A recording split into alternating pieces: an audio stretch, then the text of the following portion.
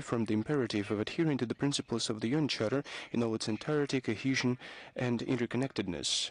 Meetings are scheduled within the mandate reporting cycle on Bosnia and Herzegovina, Haiti, Yemen, Colombia, Lebanon, Libya, the Great Lakes region, Syria, Somalia, the Central African Republic, Western Sahara, and Kosovo.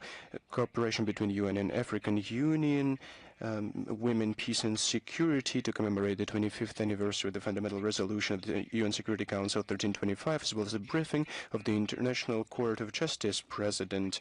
The mandate of the UN mission in Kosovo will be extended, as well as the mission to to help Libya and to hold referendum in Western Sahara and Operation Althea in Bosnia and Herzegovina, as well as an issue to extend sanctions on Haiti. On October 15th to 17th, Addis Ababa will host joint events of the UN Security Council and the Peace and Security Council of African Union. A vast host of issues narratives will be touched upon that are overriding for African continent. New ways of further cooperation will be charted between these organs. Our country, as a permanent member state of the UN Security Council and a responsible participant of the international community, will traditionally do its utmost to ensure the coherent and efficient work of the Council. We are intent to promote the constructive and uniting agenda and to move colleagues towards searching common denominators, taking into account all the interests. Ukrainian militants are continuing to terrorize the peaceful population. This is an international terrorist unit. We have regularly commented on the Zaporozhye NPP. A couple of weeks ago, the AFU showed this region, and the Zaporozhye NPP Dnipro high-voltage power line was damaged, which resulted in the termination of the plant's external power supply. By covering such reckless actions of Kiev, EU and NATO countries encourage Ukraine to attack peaceful nuclear facilities again, and which makes them directly complicit in these acts. October 7th, overnight into October 7th, an AFU drone attacked a part of the Novo-Voronezh NPP. The drone was captured, but it detonated. There were no damage or people who were injured, but there was a dark mark where the shell detonated. The collective West, as usual, preferred to not notice this act. Of the past week, Ukrainian armed shellings and strikes of UAVs injured 70 people, 12 died, including one child. 59 were injured, including 5 minors. I'd like to dwell on a couple of examples so that the world community knows about the crimes of the Kiev regime. The Belgorod region, October 3rd, AFU militants shelled settlements and civil facilities. They shelled out 70 different munitions. 2 people died, 3 were injured. October 4th, in the settlement of Gora Podol, a UAV dropped detonation devices, which resulted in various shrapnel wounds that were sustained by a 16-year-old boy. In Belgorod, 4 civilians were injured. October 5th, a UAV massive attack, including FPV drones, injured 6 people, including a 10-year-old teenager and 15-year-old boy. October 6th, Belgorod. It was under the fire of American HIMARS MLRS systems. Repair crews were affected. They were addressing the consequences of previous attacks of Banderites. Regrettably, 2 people died. The Bryansk region, October 4th, the Pogar settlement. Ukraine Nazis attacked a bus terminal. 1 civilian was injured. 2 passenger minibuses were damaged. October 5th, the settlement of Podivotye. Shrapnel wounds were sustained by a commercial enterprise employee. The DPR, October 2nd to 5th, Gorlovka, Makeevka, and Yasinovata, 2 civilians died. 10 were injured, including children born in 2009 and 2011. The Kursk region, October 1st. The settlement Mokrushina, a Ukrainian FPV drone attacked a civilian car. A 28-year-old woman was injured. October 3rd, the settlement of Belaya, a UAV attacked a shopping mall. 2 civilians were injured. October 2nd, the regional court designated 117 people dead during the occupation of the AFU of the Suja region. Well, that's what they gloomed over using the money of the West. Russian courts continue to render sentences to Ukrainian neo-Nazis for crimes in the Kursk region against civilians, and Russian servicemen captured AFU militants were sentenced to 18 years in prison. Sergei Moshkievsky, 17 years in prison. Oleg Sadovets, Vadim Yermaka. Ruslan Garbus, Vadim Godovanov, Konstantin Netkov, and Mikhail Pogorely, 16 years in prison. Alexei Ninichuk, 15 years in prison. For killing a civilian in Mariupol, an Azov regiment fighter Maxim Datsko was sentenced to 22 years with service in a high-security correctional colony. To 14 years in prison in absentia were sentenced militants from Australia, Colin Benjamin Lewis and Denis de Carvalho Dantas Isaac from Brazil. They were declared internationally wanted.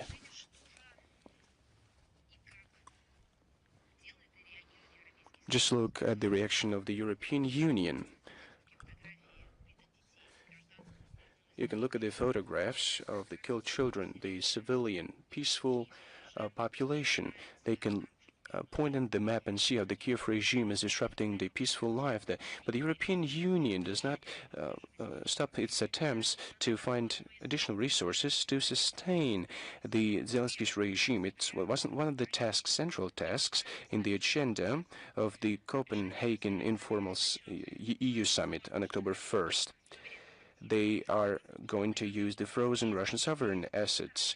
According to the European Commission, 140 billion euros will be allocated to Kiev as an interest-free loan.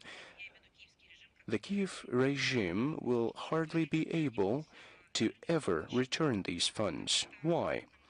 Because the main condition to return these funds is a requirement that is far from the reality to pay reparations to Russia, and Russia should do it. So what are we going to pay reparations for, according to them? For our citizens that have passed away, that have died, maybe for those who we rescued in Donetsk, in Lugansk. Since 2014, they've been sending tanks to these regions.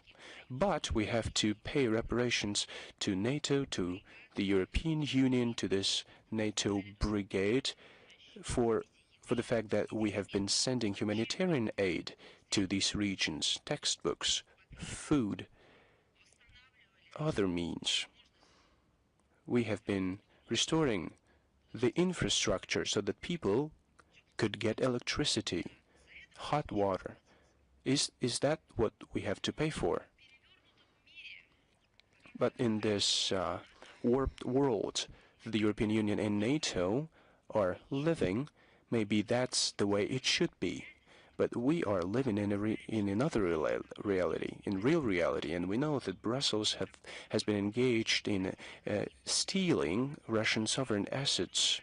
They are making up different formulas for that. Now they've come up with some kind of a reparations, but the essence stays the same. They are stealing our sovereign assets. In the first quarter of the 2025, Brussels has seized and sent to the European Union 10.1 billion euros. On the eve of the summit in Copenhagen, the head of the European Commission, Ursula von der Leyen, declared on the allocation as part of the Group of Seven initiative of the 9th tranche of the EU in microfinancial assistance in the form of the further 4 billion euro loan secured by the proceeds from our frozen assets. At the same time, half of this sum will be allocated to AFU needs, in particular for procuring UAVs that are used to kill children. The overall volume of aid of the European Union to Ukraine since 2022 has amounted, and this will be interesting first and foremost for French citizens that are now asking what is happening to their economy, to their life, to their social sphere. So since 2022, the European Union has helped, so to say, Ukraine by sending 178 billion euros to that country. How many people have died because of this money that are residing on these territories? People of different nationalities that have different citizenships. The European Union is silent about that. Let me emphasize it once again. The overall amount of aid has amounted to 178 billion euros that were used to kill, first and foremost, Ukrainian citizens, but also to kill citizens of other countries. This money was also used for that, to kill Russian citizens, to kill citizens of other countries that, for example, were recruited by the Kiev regime and which is applauded by NATO countries. So what kind of money is that? This is money that comes from different sources. This is taxpayers' money from the European Union countries. This is money that was stolen from our country. But Brussels, that is trying to justify its actions by some kind of a legitimacy, is silent about that when it talks to its citizens. So take this aid, 178 billion euros. 63 billion euros was allocated to direct military aid. So only for this bloodshed purposes, over 63 billion euros were allocated. The Brussels finds it more and more expensive to sustain the Zelensky regime.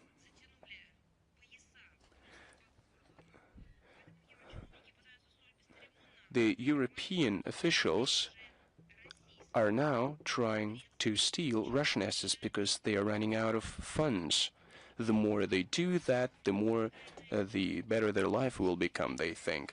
But they are promoting a fraudulent lending scheme, and it caused a moderate reaction in European capitals. A propensity for fraud, it seems, is still subordinate to the fear before lawful repercussions and retaliatory measures, and I emphasize it, these will be harsh measures.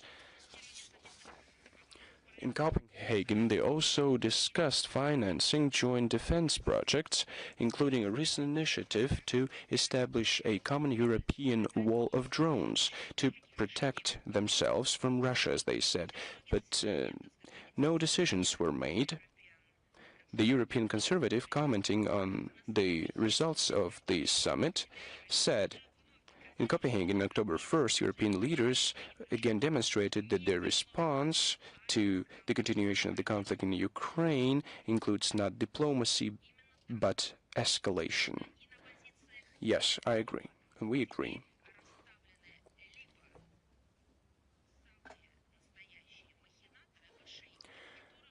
People who hold posts of European officials engage in machinations, and they should be prosecuted.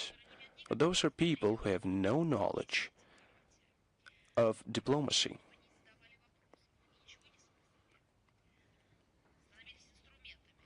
They're just being turned into tools for escalation. Yesterday, Finland's foreign minister made a statement saying that Russia allegedly violated all principles of OSCE, the 10 principles. It does not hold any water. One can only understand such statements in the following way. The head of the Finnish foreign ministry doesn't have any idea of what international diplomacy is. She has held different posts. They used to be an engineer, maybe, and she organized different events, and she was engaged in domestic agenda. But then, all of a sudden, she was appointed Minister of Foreign Affairs of this country. That's why we hear such statements. She doesn't have any idea what these 10 principles of OSCE is, who this principle were developed by, what was the foundation of this principle, and who has violated them in reality. October 2nd, Copenhagen held the 7th Summit of the European Political Community. Its agenda included migration, economic security, and hybrid threats. But the main emphasis was on Ukraine. The tone of discussion was set by President of the European Council, Antonio Costa. They have to think about root causes. They have to look at their own economies and what is happening to these economies due to their manipulations in Ukraine. Despite logics and facts, he said that their actions were aimed at supporting and maintaining peace, not the war. They have aggressive rhetoric. They're allocating money for war purposes. He called upon giving Kyiv military, political, economic aid and to mobilize forces to strengthen the collective European defense in face of the Russian threat. But actually they invented that Russian threat. They publicized that widely, and now they take the decision to strengthen the alleged collective European security. Zelensky, who was present, presented his list of wishes of Ukraine. There is the entire coalition of the willing there, the willing Zelensky. It was the prioritized Ukraine requirements list, the loan financing of defense projects, security action for Europe, the new strong package of anti-Russian sanctions by the European Union that used to be 18 packages. Now it will be strong packages. The use of Russian assets, their theft,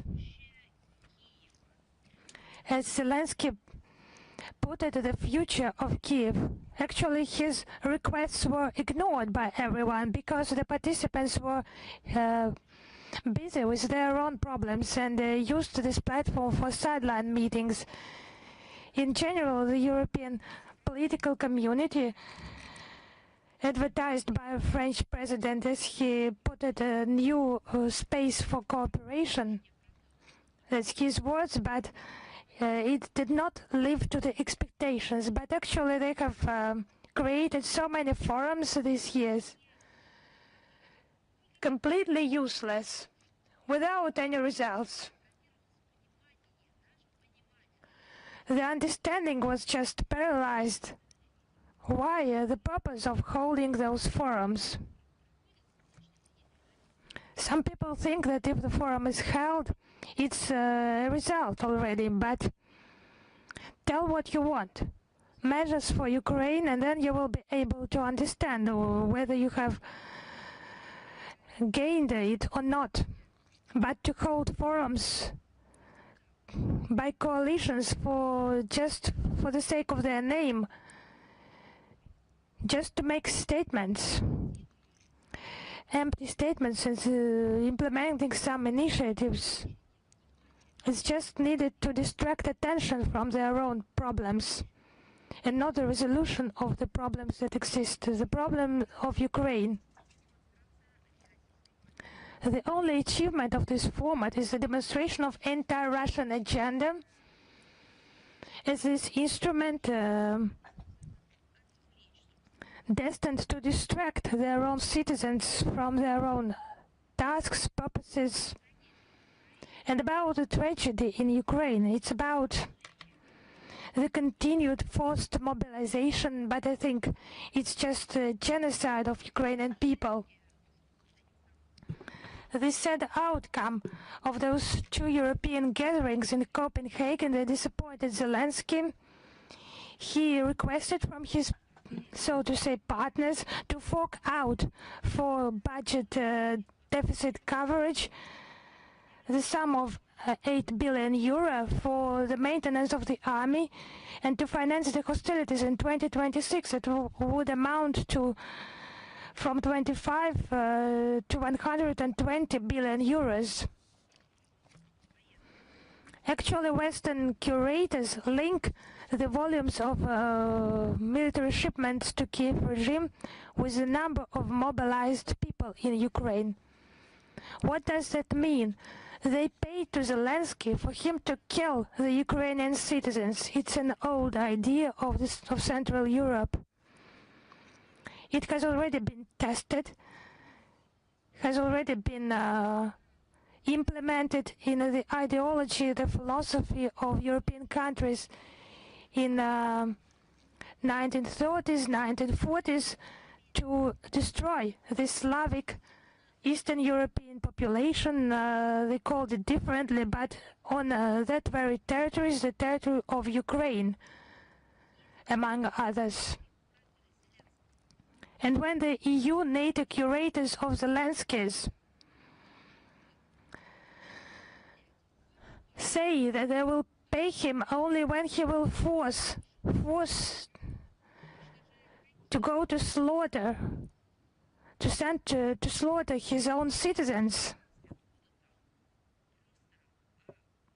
It's not just civilized, it's just lack of any humanity.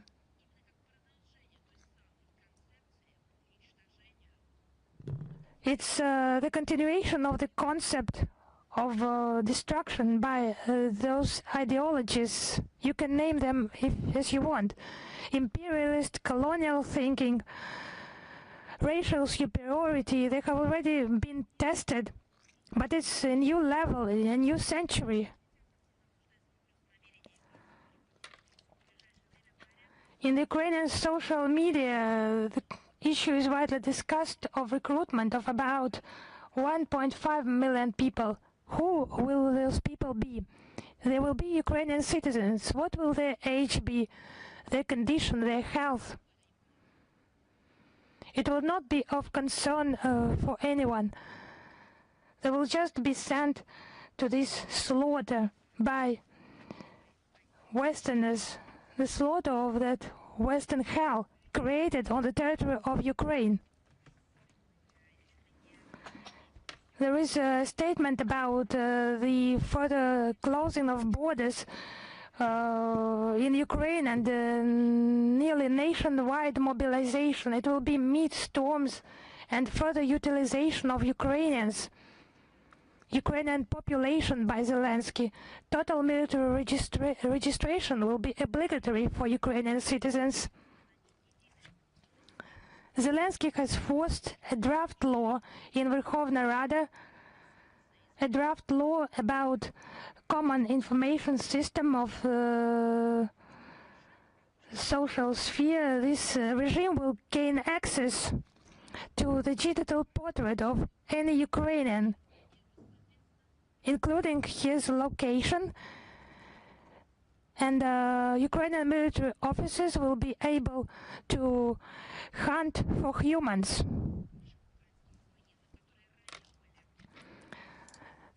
Information has also been published about catching former Ukrainian fighters.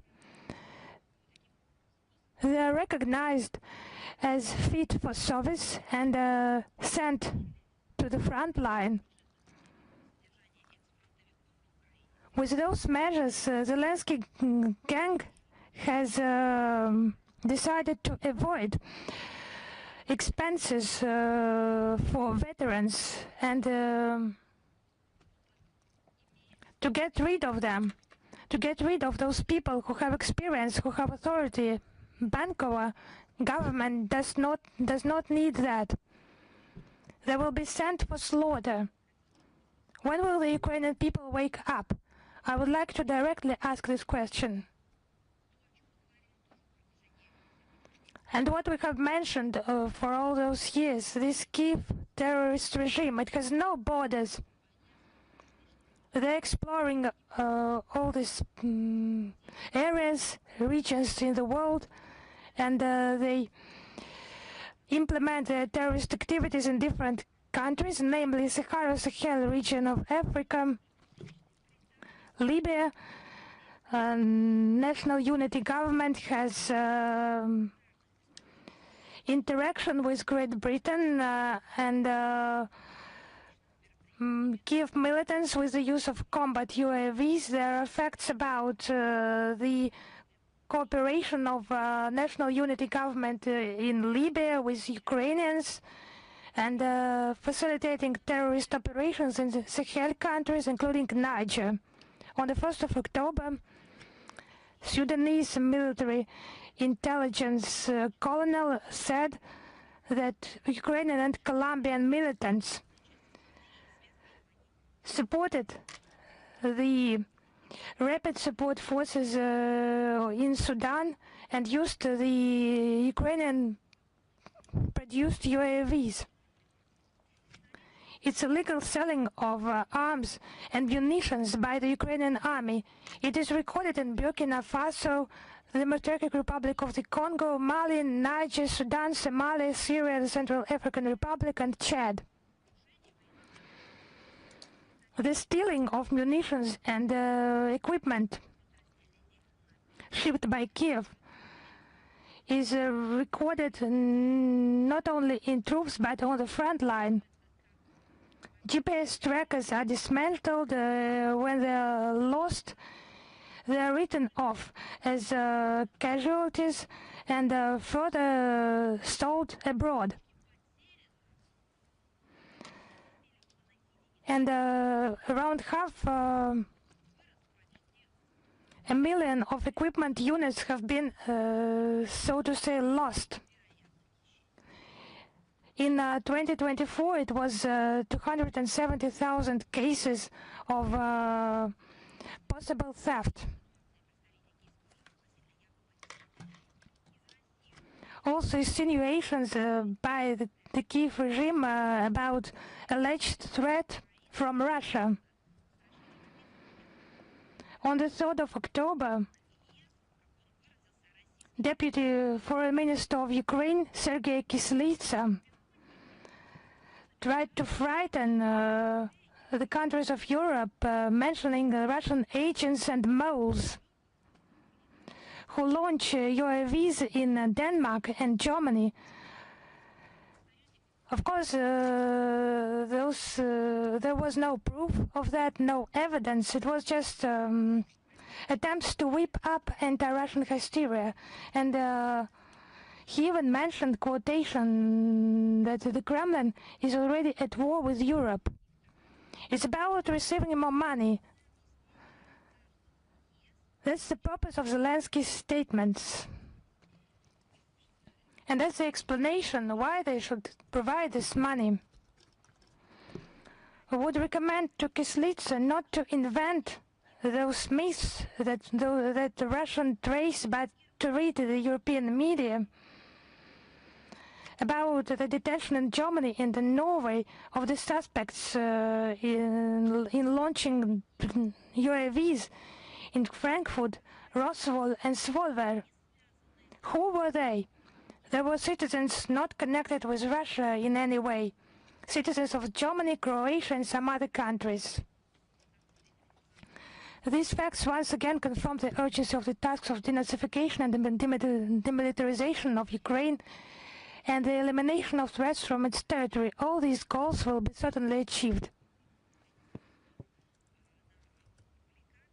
I would like to say a few words about publishing by UN HRC special procedures regarding the Kiev regime's persecution of the canonical Ukrainian church, published on the 1st of October on the website of the Office of the UN High Commissioner for Human Rights. The UN officials have mentioned the persecution of the Ukrainian Orthodox Church in Ukraine, the violation of the freedom of belief and the freedom of worship. It was the revocation of the citizenship of Metropolitan Onufri, primate of the UOC, and the leaders of the UOC were also persecuted, including Metropolitans Arseny, Paul, Theodosi, Longin, Father Eugene Kotelnik, journalist Dmitry Skresov, and lawyer Svetlana Novitskaya.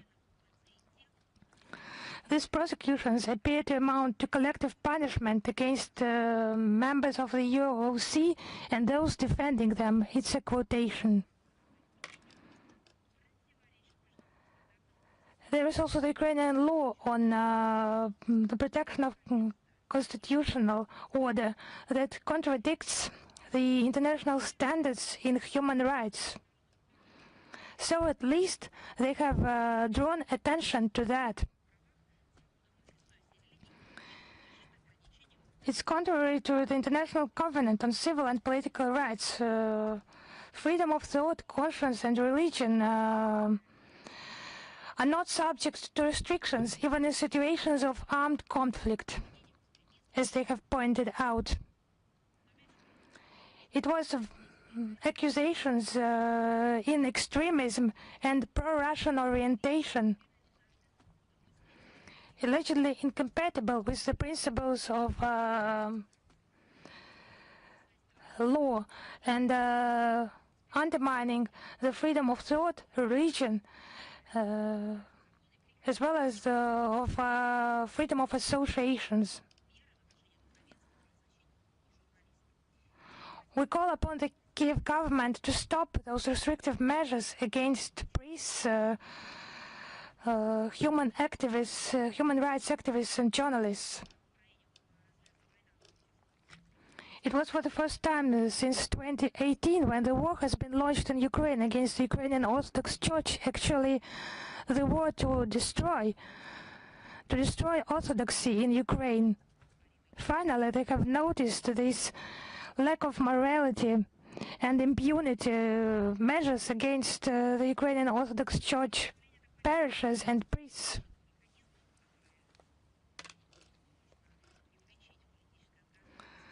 Such mechanisms, it is just difficult not to accuse them of political bias. They demonstrate the scale and gravity of the situation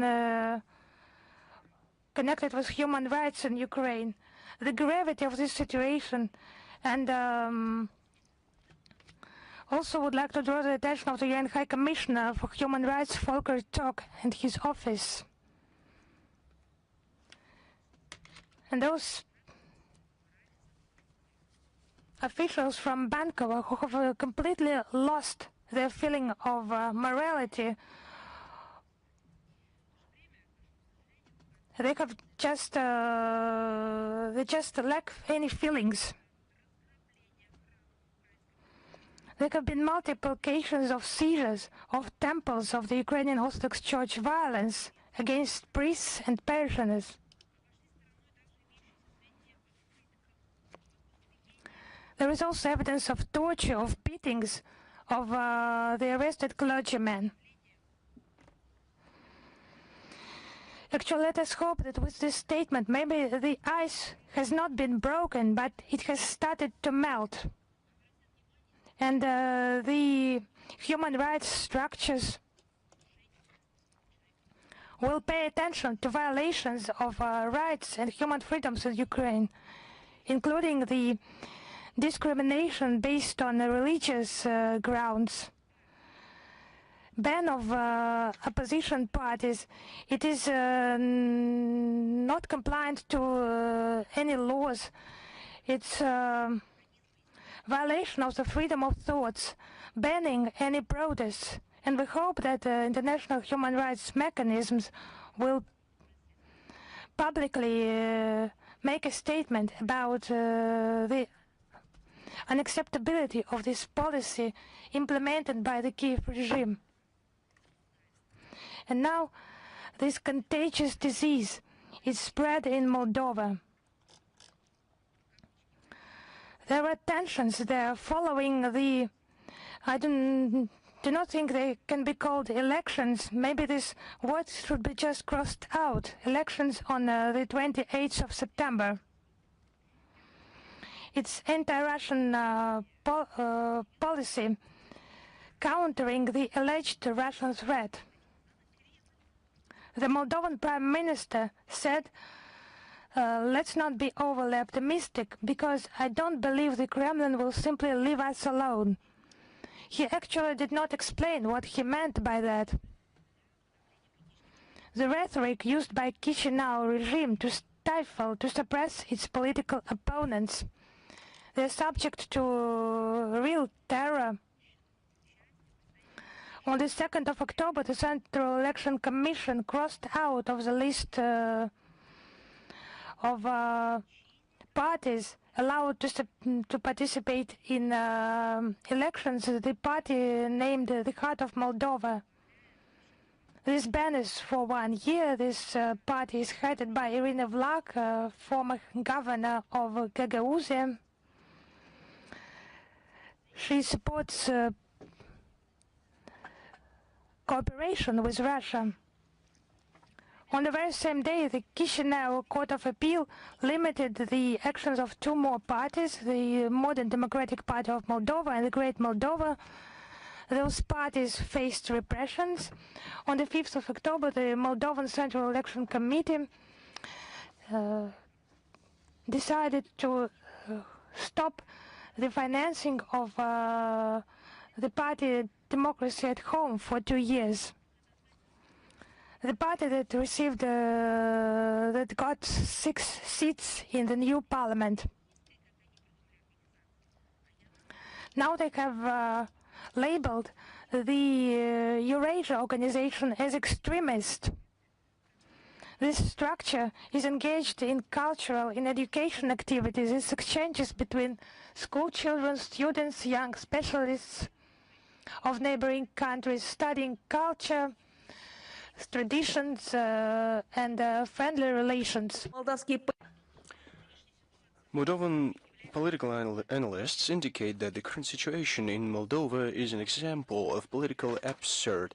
The third is do everything they can to attack dissent, but they don't do anything to rectify the bad social and economic situation. Let's look at the statistics. In the first half year, a low level of GDP of Moldova has reduced by 0.1%. The export to CIS countries in January-July this year, compared to the same period of last year, decreased by 22%. That's what the CIS countries needs. That's what Moldovans need.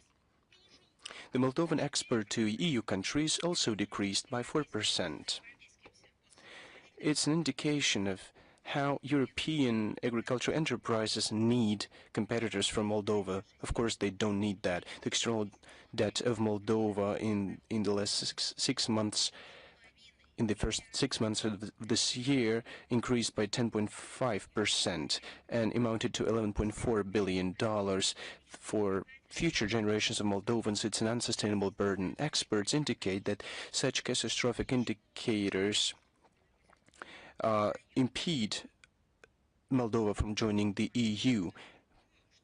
But it's nothing more than a political slogan that has nothing to do with the reality.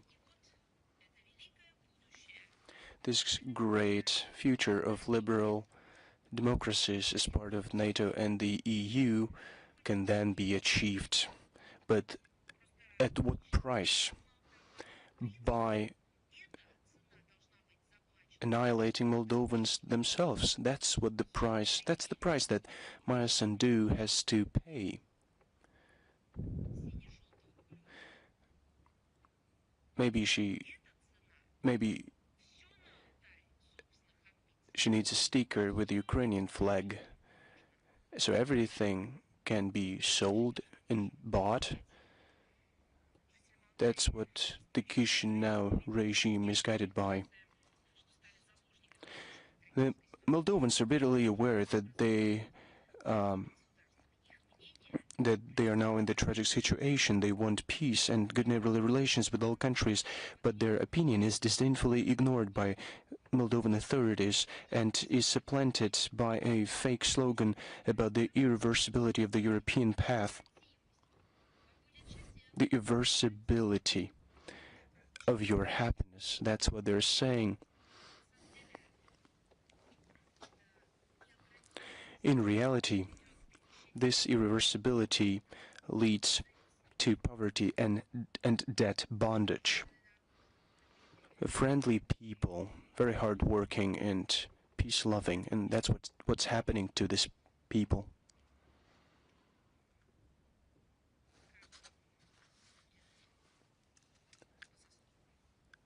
I think that everyone will have to pay for what they have done. What Sandu is doing to Moldova and what she is doing to the citizens that she's lying to, she will have to pay for it as well. Now, to the Middle East. I'd like to point out the commentary by Russian Minister of Foreign Affairs Sergei Lavrov. Maybe it has already been published. There are a lot of questions that have been asked about the Palestinian-Israeli conflict. We still have a very difficult situation in the Middle East. We're now talking about the Palestinian-Israeli confrontation. Since October 2023, the start of the military operation of Israel in Gaza, the number of Palestinians that died exceeded 67,000 people. Over 170,000 have been injured. According to the information, almost 90% of the civilian infrastructure has been damaged. Since the first days of the escalation of the crisis in Gaza, the Russian Federation has favored the protection of the civilian population. Together with international partners, we have elaborated and submitted for consideration to the UN Security Council a number of resolutions that call upon a ceasefire and guarantee the unimpeded delivery of humanitarian supplies to all those in need. Regrettably, these initiatives have been blocked. The main goal in current situation is the ceasefire and inadmissibility of further sacrifices among the civilians. We support the plan of the U.S. administration on Gaza that includes ceasefire, the release of detained individuals, and the full-scale restoration of humanitarian access.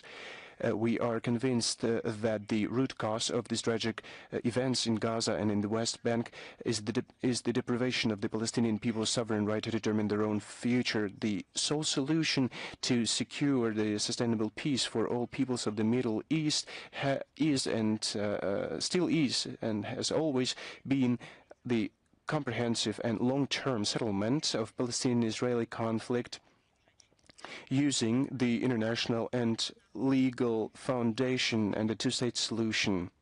Otherwise, the peace will not come. A violent or the blatant violation of rights of Palestinian people will only fuel the extremist tendencies in all countries of the region. Just look at what is happening over there. Now, over to Australia and their Russophobic actions. We are outraged by another round of Russophobia. Australia denied entry visas to delegation of the Roscosmos State Corporation headed by Director General Dmitry Bakhanov. They were headed there to participate in the 76th International Astronautical Congress, IAC, that is going to take place in Sydney from September 20, that took place on September 29th to October 3rd. We have an unfriendly narrative that reflects blind Canberra policies in line of short-sighted and ill-conceived campaign of the collective West. What they want to exacerbate the situation further. There have been numerous attempts to not allow Russian representatives to the events of this Congress. They have already damaged greatly the authority of this forum. It has been politicized greatly, and the agenda is very biased, and only interests of certain groups are being served. We see indicators of degradation of this platform. It is unable to constructively contribute to a unified, peaceful outer space agenda that is now being in demand by the states of the global majority, and it is regrettable. We would like to emphasize that the Russian Federation is open to mutually beneficial, non-discriminatory cooperation with all interested partners to explore outer space in peaceful purposes to the benefit of all humankind.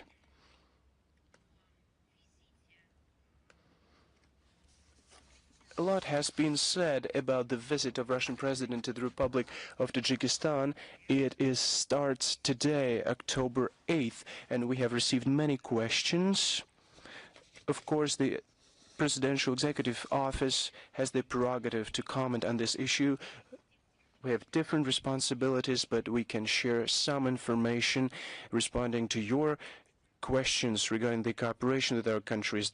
Both countries are carrying out a dynamic joint work to expand mutually beneficial cooperation on a wide scale of areas: energy, agriculture, transportation, ecology, and we strengthen our ties in defense and border security. A number of bilateral large-scale projects are being implemented. For example, the Russian BTC group is now carrying out a project to create in Tajikistan light industry cluster.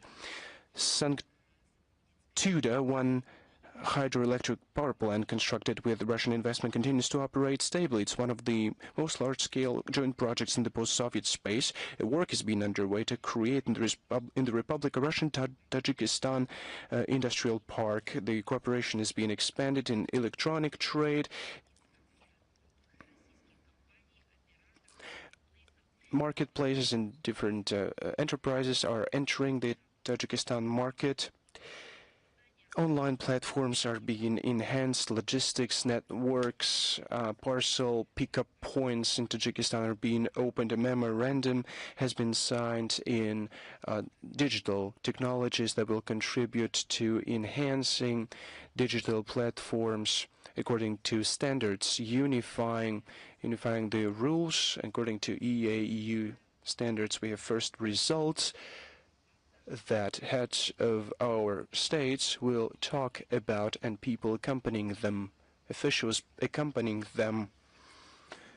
Progressive work is underway to remove the barriers to enhance infrastructure. We're talking about bilateral electronic trade. Our country continues to help Tajikistan in education, Russian language, Russian culture.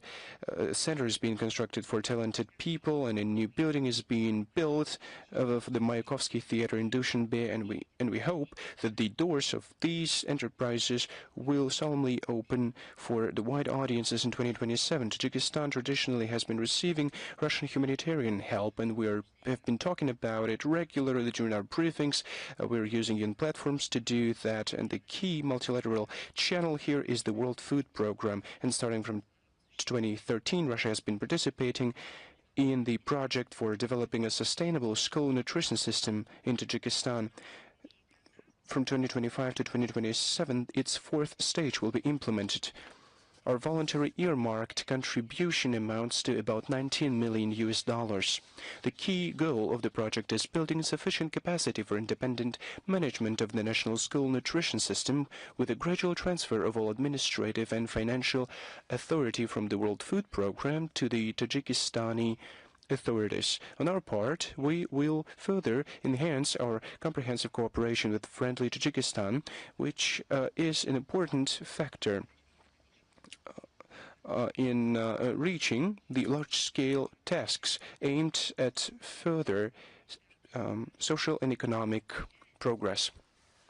This year, our country is celebrating 500 years since the development of the Northern Sea Route. 500 years ago, Russian diplomat Dmitry Gerasimov produced the first charts of the Northern Sea Route.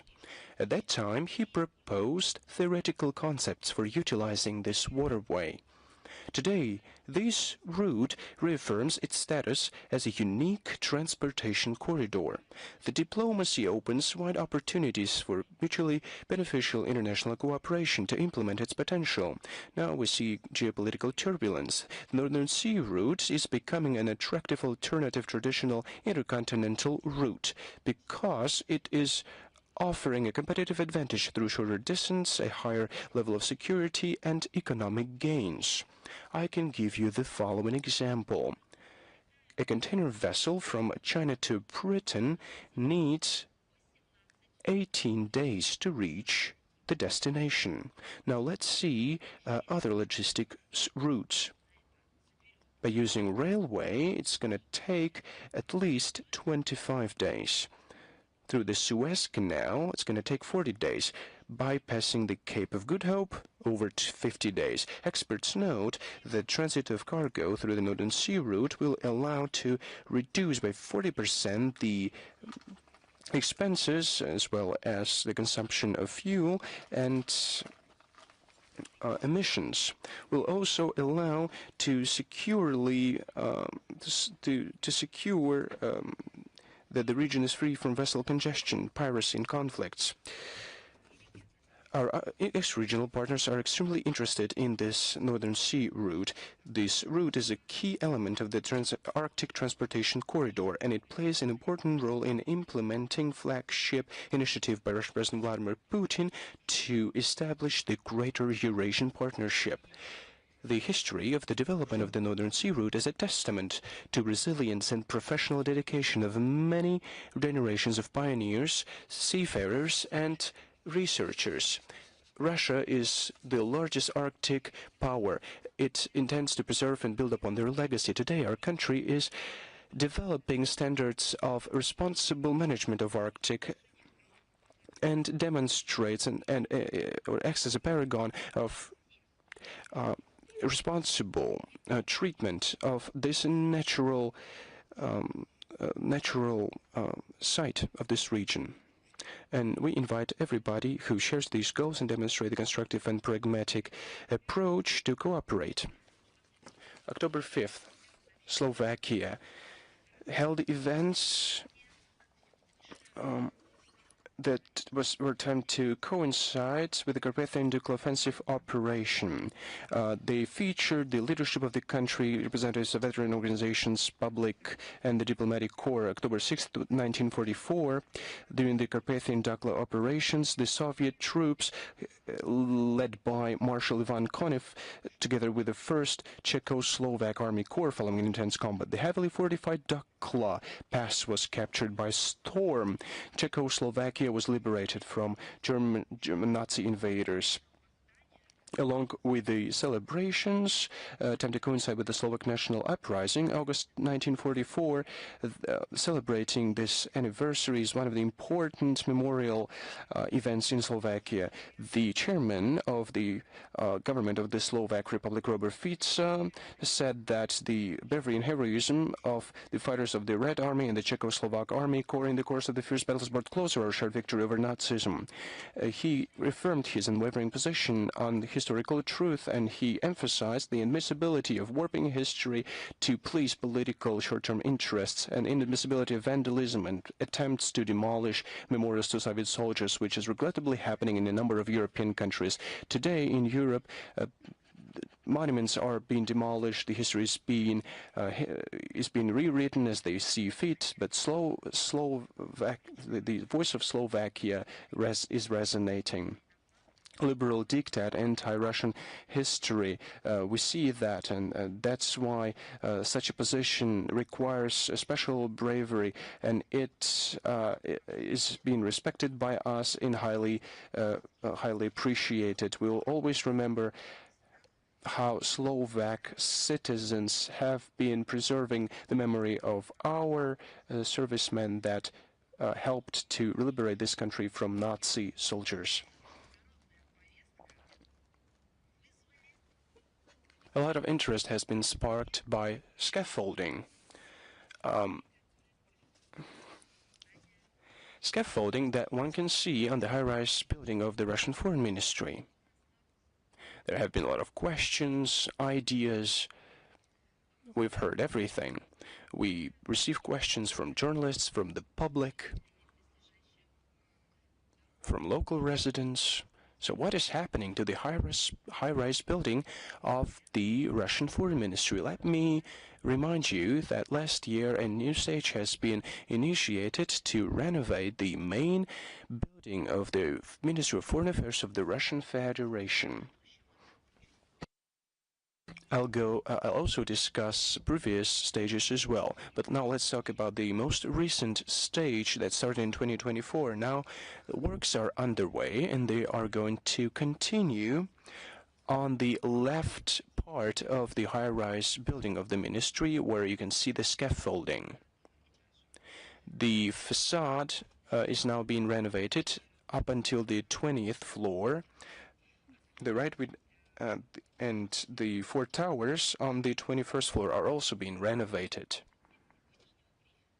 The text of today's briefing will be once again published. You'll see plans and everything you need. You'll see there, pictures and everything. These works are being conducted without suspending the ministry's operations. The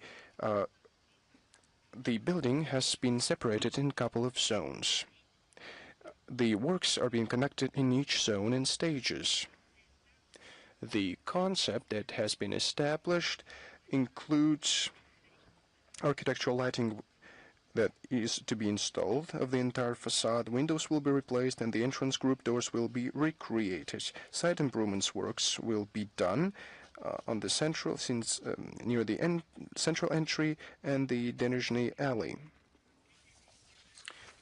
It's a site of the cultural significance of regional importance.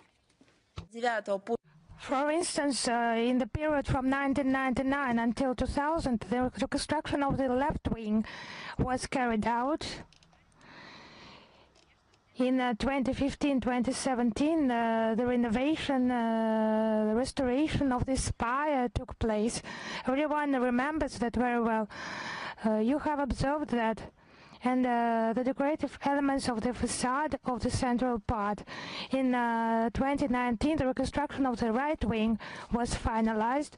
By the way, this part of the building hosted the press department, but now it has moved to the new building.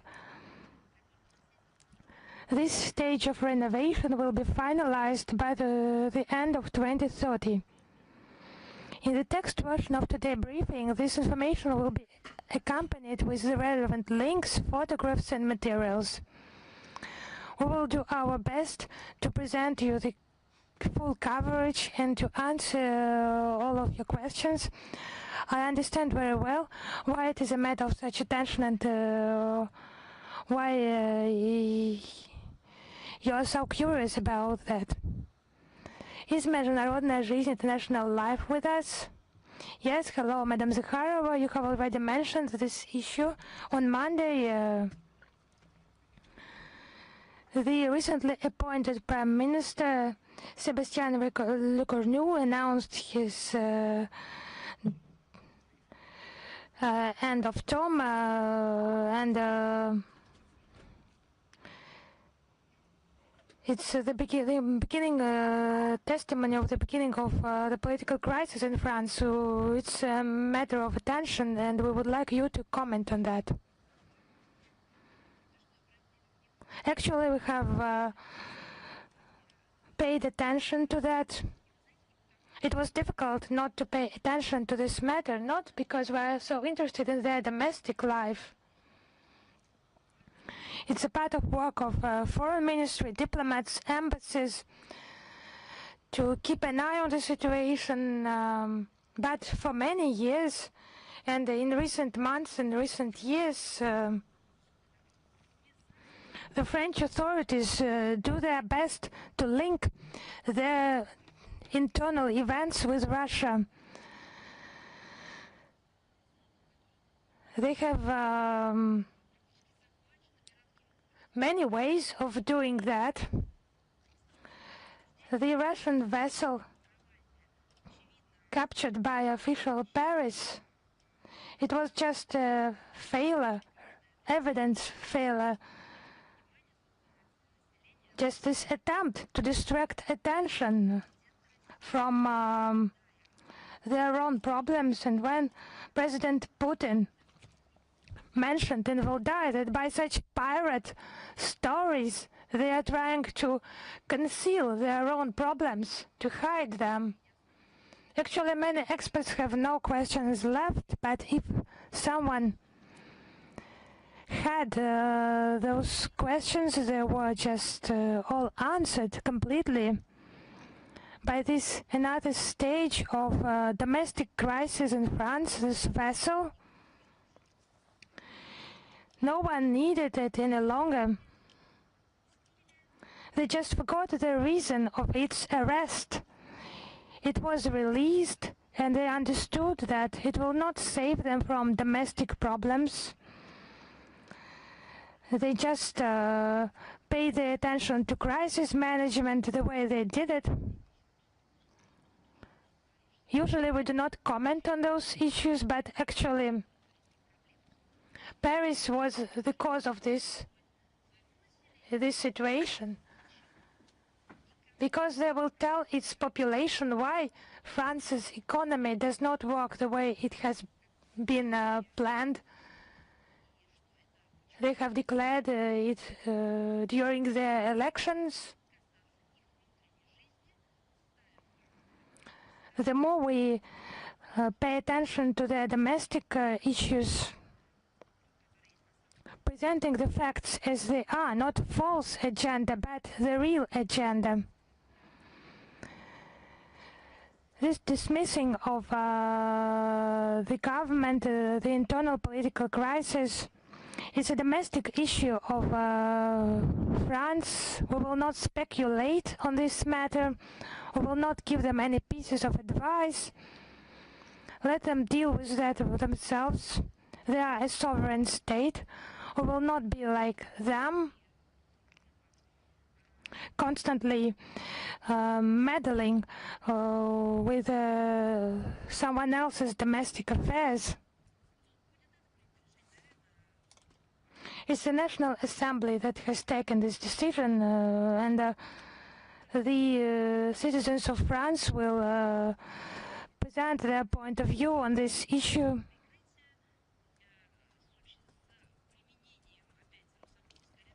Such concealed operations with the use of Russophobic rhetoric, we will mention them as well. Prime Minister Le Cornu, and I will remind you who he was. He used to be French defense minister, and he is known as one of the major architects of France's military policy. He just promoted this myth of Russian military threat.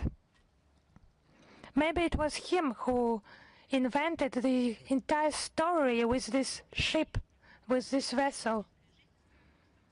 He just surprised everyone. He became the head of government with the record short period of stay in this office, 27 days. It's no secret that the protest opinions in the French society are growing. It's a low rating of trust of citizens to the head of the government and the ruling party. They're just talking about some invented Russian threat, building some UAV walls, holding unnecessary summits, have Napoleonic ambitions, strange ambitions, and advocates the neo-Nazi Kiev regime. And it becomes more and more complicated for them to whip up this anti-Russian hysteria. That's what President Putin mentioned in Valdai. Thank you very much. Thank you. Is RIA Novosti with us? Yes, hello, Madam Zakharova, Christine Rodriguez, RIA Novosti. I would like to ask you to comment on a popular interview of former Chancellor of Germany, Madam Merkel, to the Hungarian media outlet Partisan, where she mentioned that in 2021 several Eastern European countries refused to support her initiatives for creation of a format for dialogue with Russia. What's your opinion on that? I have a question also. Why has it been for so long? As Pushkin mentioned that, at first I wanted to keep silent, but it was back in 2021. 4 years have passed.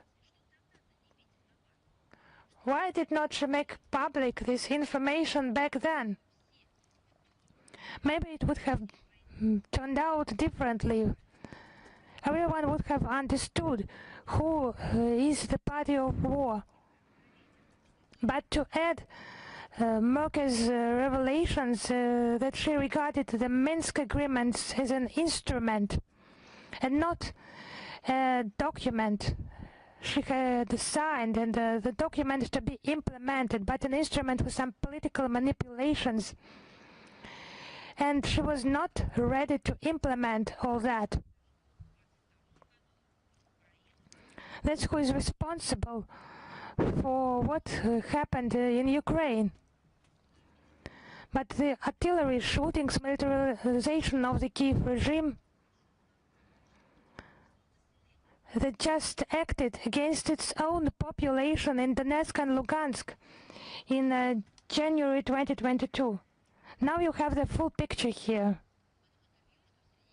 She mentioned in that interview that in the middle of 2022, being aware of the necessity of political dialogue with Russia, she put forward the initiative to create a new format for the EU leaders to have a possibility to directly speak to the top leadership of our country. As she said, there was such a necessity of a new negotiations format with Russia. But I do not know why they have this idea that Russia does not treat the Minsk agreement seriously. Russia has always highlighted the relevance of those agreements. It was Russia that proposed to enshrine those agreements in within the UN Security Council. And the German Chancellor Merkel said that this initiative of such a diplomatic breach was not supported by some NATO countries, namely Poland leadership, the leadership of the Baltic states. But how many times Russia? It was Russia. Today we will publish. Tomorrow we will do our best to publish quotations from Sergei Lavrov interviews, who noted that within the European Council there are such secret agents who are trying to disrupt, such moles supporting the policy alien to the European Union and act against the interests of the European Union. It's disruptive strategy, disruptive policy that has been like that, and Sergei Lavrov highlighted that many times. This destructive role of European mechanisms, new members of the European Union, namely Poland and Baltic states. In 2021, they just covered themselves with fears that the European Union will not be able to to implement the consolidated policy with regard to Russia. But actually, that was the implementation of their own anti-Russian strategies. It was when the tail was controlling the dog. Those elites imposed on the EU majority, small elites, so to say, imposed on the EU majority their positions. Those people were ready to sacrifice European security in favor of their own sick phobias and, of course, for money. And there are also other officials who made statements in the interviews. Former Polish Foreign Minister Sikorski, he accused Merkel of lies, and he qualified Merkel as one of the most harmful German politicians. But we would like to ask him for which period, the entire history of Germany? Then she can sue him, because there are some political figures with whom she can be compared. This range of German politicians has some worse figures, the worst figures.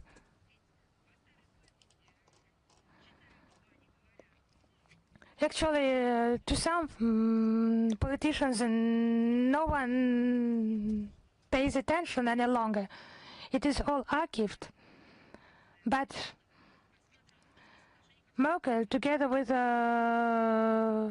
Hollande, French president, she regarded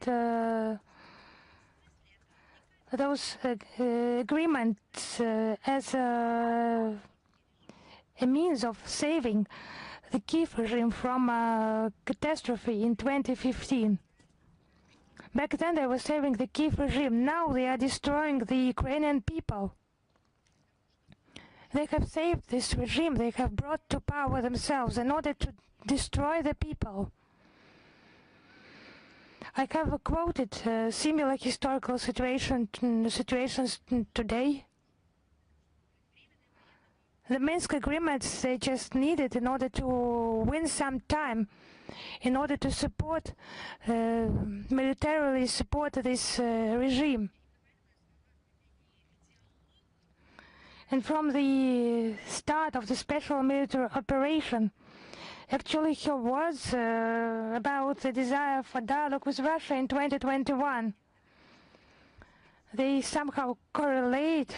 Maybe the dialogue was some visibility, just some means of distraction from the resolution of major issues. But actually Merkel kept silence about many things in this interview to the Hungarian media outlet.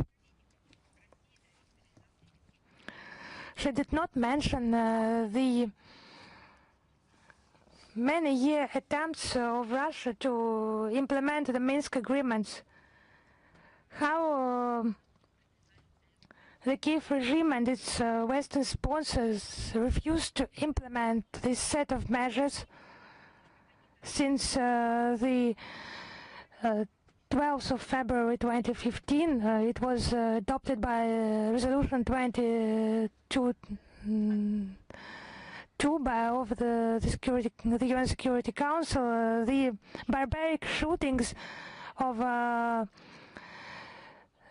the Ukrainian population. Merkel did not mention that.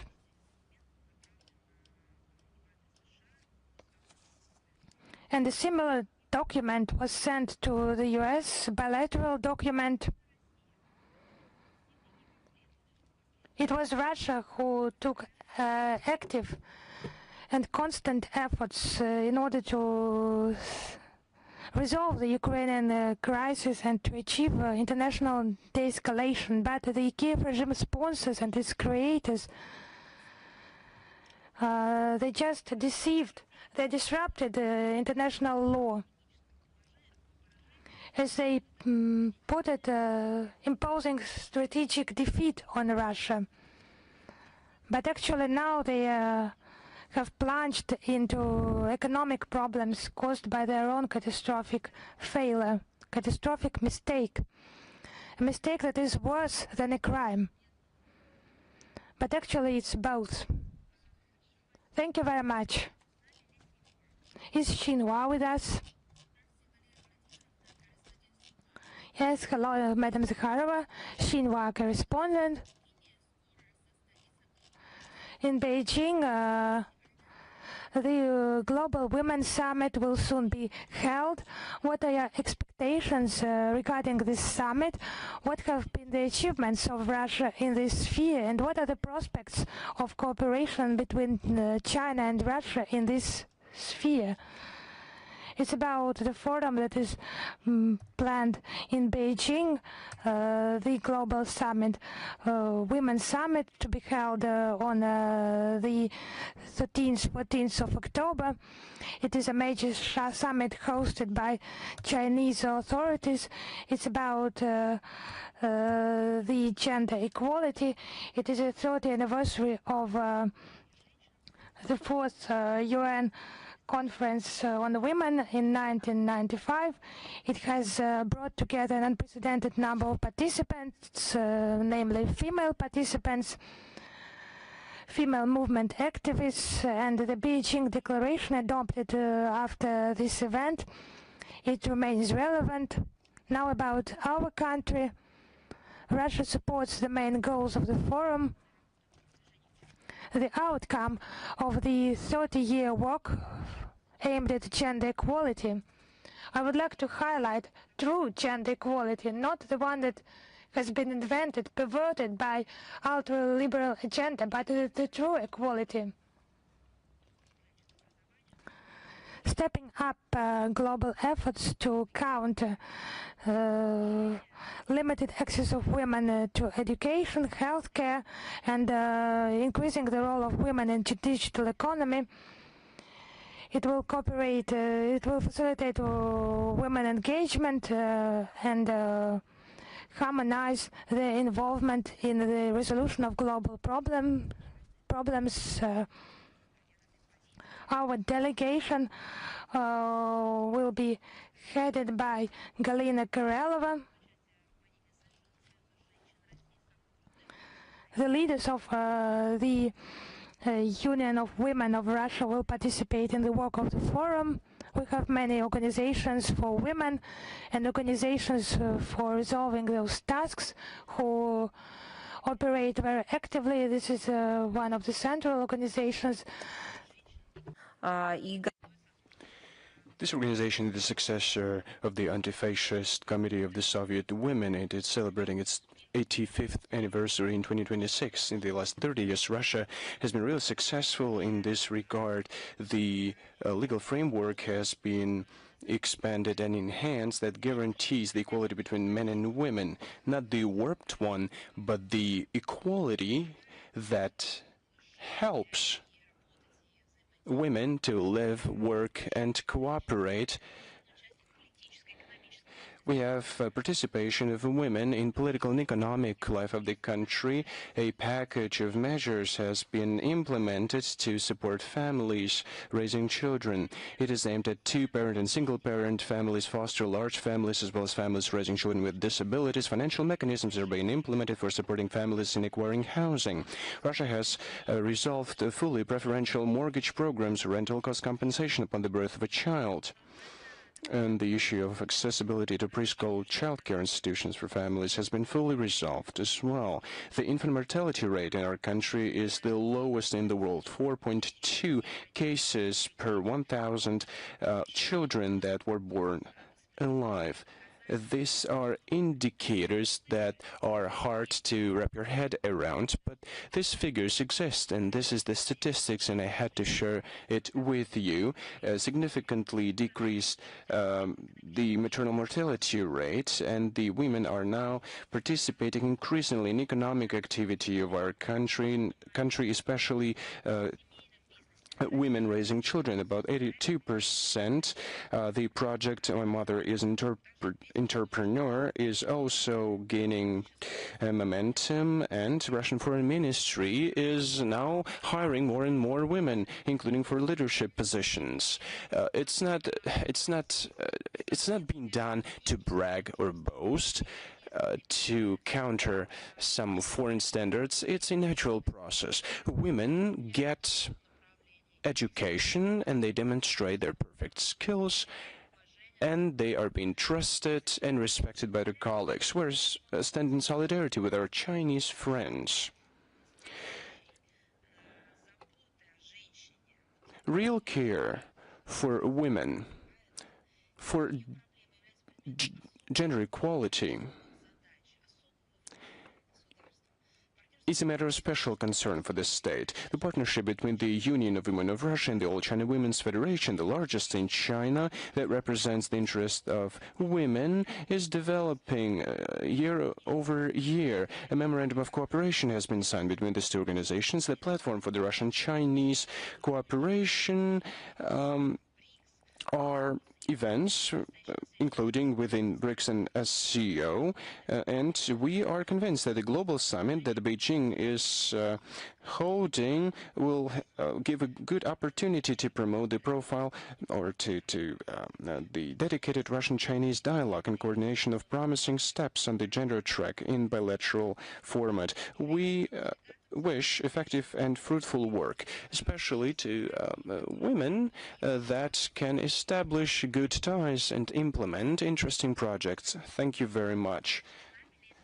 Do we have Izvestia with us?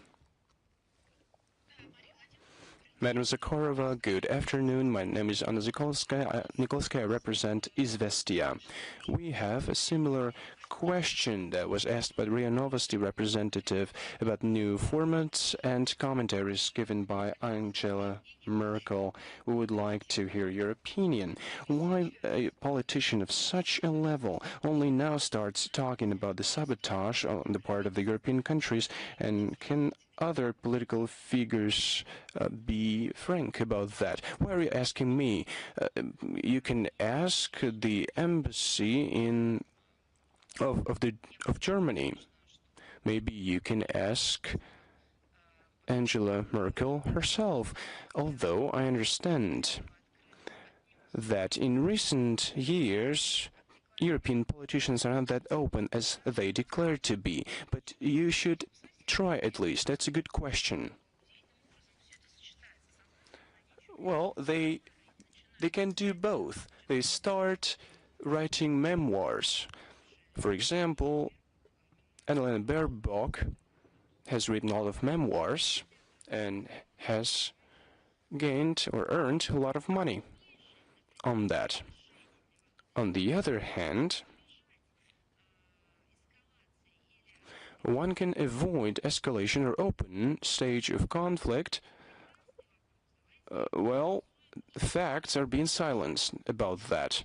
We should address those questions to these people. Why has Merkel been silent? Why are they publishing their memoirs at a time when one should work instead of promoting their personas? That's a good question. I'd like to hear the answer to this question as well. What else is she or can she tell or share on the aforementioned topic? It's a wide array of issues that we have, and we have raised these issues. What about the Berlin patient? What medicines did she take after she had visited him in his ward? Elements of the chemical weapons that were being used on the person who was in the same ward, very close to her. How could she neutralize those elements in her body? Well, Novichok affected her in some way, reportedly, and her memory started to work. What about other requests? For example, on the sabotage of the Nord Stream pipelines, there are other elements that can help us complete this puzzle of the international agenda and to clarify the history. What was she doing with the information that the Americans were listening in on her conversations? The Americans were intimidating Germany and saying that they would destroy the Nord Stream pipelines. Then they were in fact destroyed, and Germany itself did not support the idea of a transparent investigation, international investigation of this sabotage. We have a number of questions regarding this, and what was her role in all these processes. So a lot of issues surface in this regard. So we should address these questions to them directly. Thank you. Do we have Media Corporation China with us? Madam Zakharova, good afternoon. We're here. You have answered one of the questions to our colleagues from Xinhua. I'm going to ask you the second question. Donald Trump has recently said, and I quote him, that he has made a decision to supply Kiev with Tomahawk cruise missiles, and he wants to know what is going to be done with them and where they're going to be sent. Russian President Vladimir Putin said that such a move would lead to a rupture in Russian-American relations and will destroy positive tendencies that have emerged recently in relations between our countries. So the question is how the Russian side is assessing such statements of the American counterpart. I'd like to note that Deputy Minister of Foreign Affairs Sergei Ryabkov has given a commentary on this issue. I'd like to add something and to note that the Russian president has clearly indicated our stance towards such perilous moves if they are to be implemented. We have enhanced our missile defense. It's a very powerful weapon, the Tomahawk cruise missiles, and of course it will increase escalation of the Ukrainian crisis, but it will not affect the balance of power on the battlefield. The Tomahawk cruise missiles cannot be utilized without direct participation of American servicemen. Such a decision, if it were to be taken, I'll repeat, is fraught with an escalation of the confrontation spiral. It would also cause irreparable damage to the Russian-American relations that have just started to get better and demonstrate elements of a productive dialogue. We closely follow the developments of the situation around this. We call for the utmost restraint in handling this highly sensitive issue that might significantly complicate the search for solutions in Ukraine, and we hope that Washington will hear our message. Thank you very much. Do we have Reuters with us? Good afternoon. I have a very brief question. Financial Times has recently published an article saying that the European Union has agreed to restrict the movement of Russian diplomats within the bloc in response to, and I quote this, a round of attempts of sabotage and subversions that, according to European special services, has been implemented or has been carried out by spies acting under the diplomatic umbrella. Will Russia react to this, and will Russia restrict, in response to this measure, the movement of European diplomats in Russia? Just a second. Let me respond to the first part of your question. Well, I just like to ask the second part of the question. What is the situation right now? Do I understand that correctly, that European diplomats are now not restricted in their movement across Russia, or are they restricted in fact? So can I specify this in my question? Well, as for the first part of your question, I would say that it requires a brief explanation. We should talk about history of this matter. Well, they started to mistreat our diplomats a long time ago. I think I wouldn't be wrong if I said that we've been living like this for more than a decade.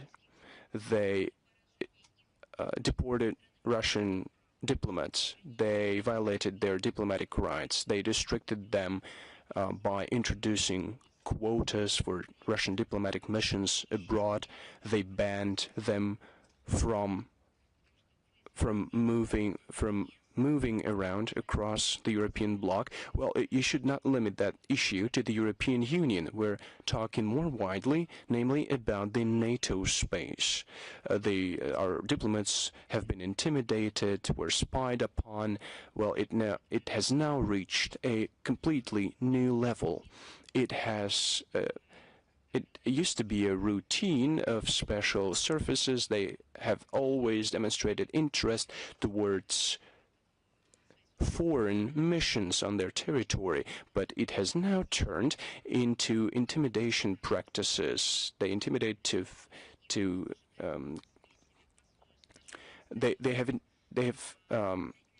they said that they would use Molotov cocktails, that they would physically abuse our diplomats. Diplomatic vehicles have been attacked. People were intimidated, have been intimidated, and have been getting emails and letters with intimidations.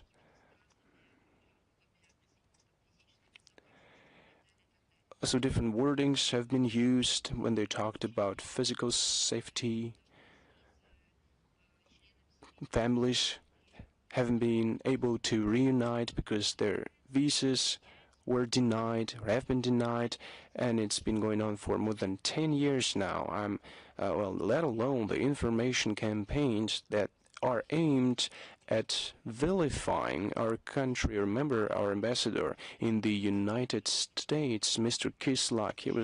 He's been called all names there are, but now the United States are persecuting people who had been mistreating them, and now there are legal claims against those people, but nobody apologized to Mr. Kislak, and one has to.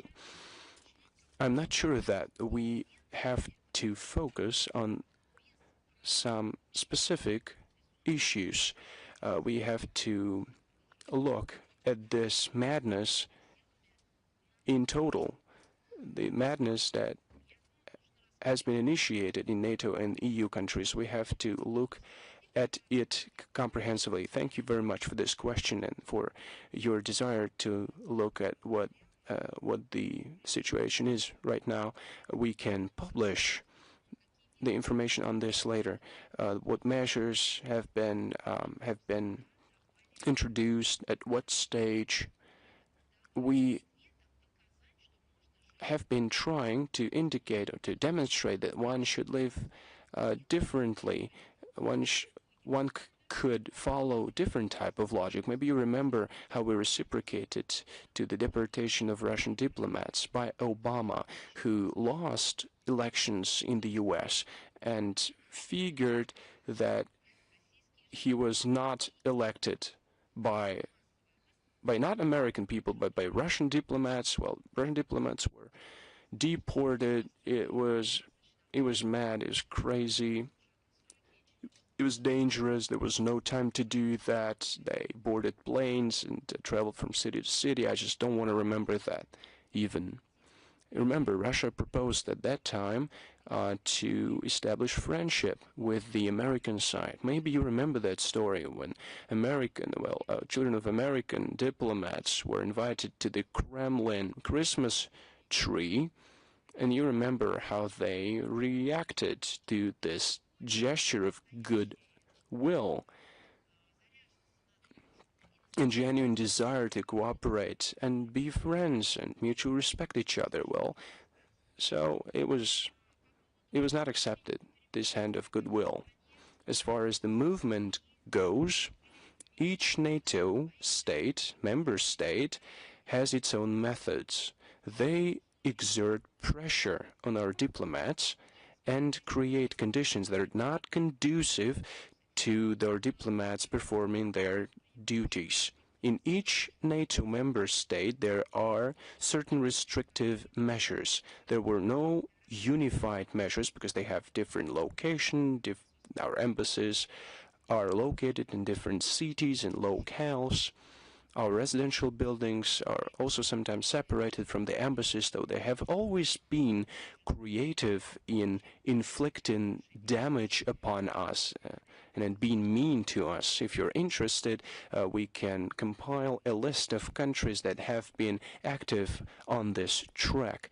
I think that we should engage in such discussions, and we are going to prepare a brochure telling how NATO and EU countries, what they have been doing to worsen the conditions for our diplomats. I'd like to emphasize once again that we have never been the first one to act, and I've given you examples.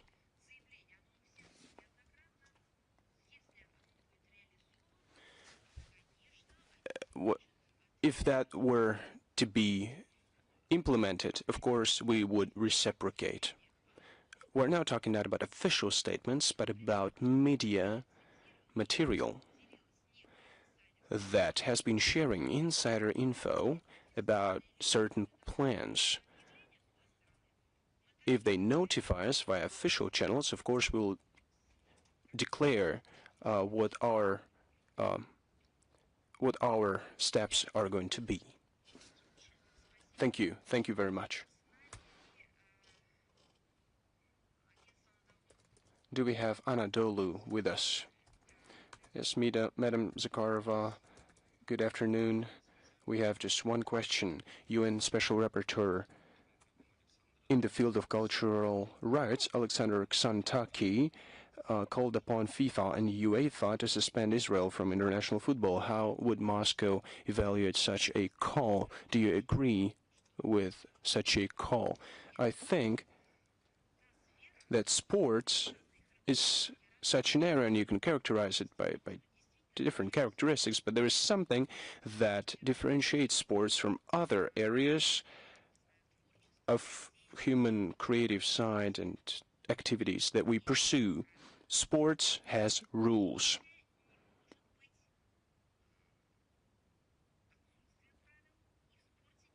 There can be no situation where there are no rules in sport. Then it's not sport. It can be anything. It can be festivals, it can be forums, it can be some artistic evenings and events. What is a sport without rules? We're talking about regulations, provisions, different parameters. In sport, there should be rules. Sport of double standards is turning it into something completely different. This area should be regulated as well in sport. One should have rules. These rules should be enshrined in a document. It should not be politicized. And these rules should be applied to everyone. So that's